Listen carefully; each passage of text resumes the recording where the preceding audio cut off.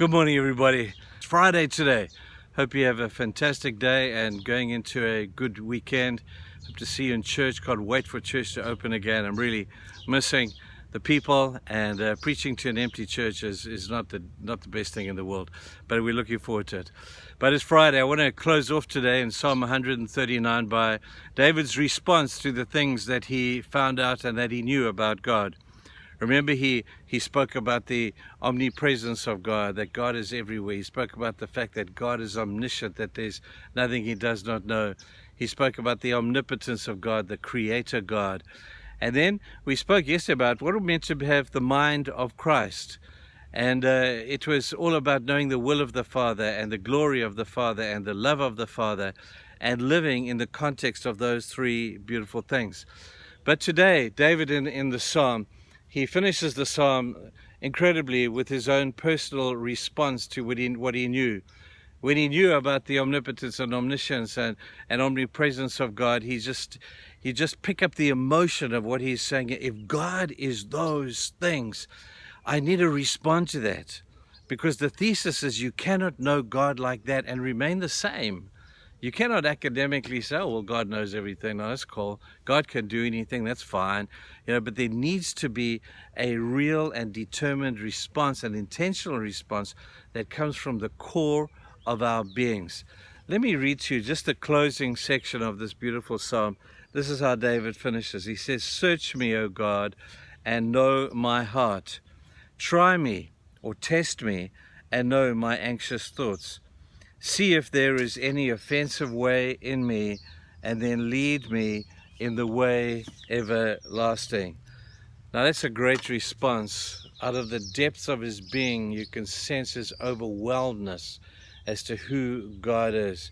And he says, search me and know me. People, that's a cry of honesty. When you acknowledge there's nothing that God does not know, that means there's nothing I can hide from him. We try to do that. But you can fool me, but you cannot fool God, because he knows you full well. And so we see his first statement is a statement of just blind honesty. They say, Lord, there's nothing about me that you do not know. Therefore, let me just get honest with you. This is who I am, and I'm giving you the right to search me and to know me. Those are dealing, folks, with the issues of the past, all the things that we thought nobody else knew, knowing full well now that God knew them.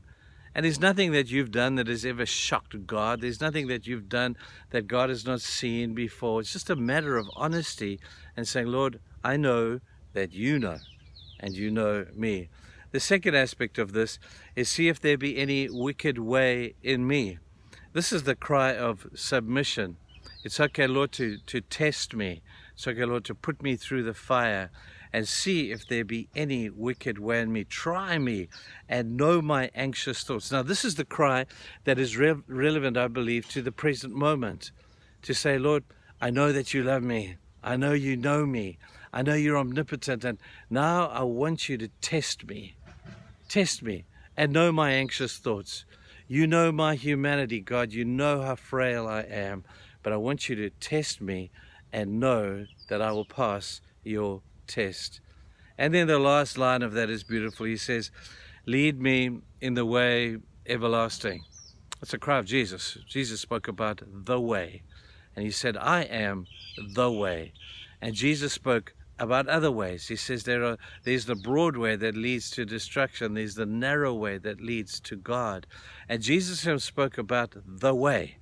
But David here is talking about the way everlasting. Now, this is a cool way to end this particular chapter, because if we could change our view of this life by having a better view of the next one, we would live this life rather differently. David's saying there's an eternity ahead of me, and this life I live in the flesh is soon going to be over. And even if I live 10, 20 more years or live to 100, it's still a very short period of time in the light of everlasting life. And when we understand what it means to live this life in the light of the life that is still to come, I think we'll hit a key truth there, people. I hope that you find these very simple but profoundly impacting truths to be real in your own life. and that you will respond to God in a way that is honest with relation to the past, that your relationship with Him would be in submission to the things that are going on in the present. There are some things you cannot control. You can only control what you can control, and that's you. And so when we submit to God and say, Lord, in the present, I want you to test me, you can try me, and with a smile on my face, I'm going to tell you, Lord, I think I'm going to pass. I'm going to pass whatever test you have, whether it be the test of attitude or the test of stewardship or the test of using my gifts correctly. I want to pass your test. That relates to the present.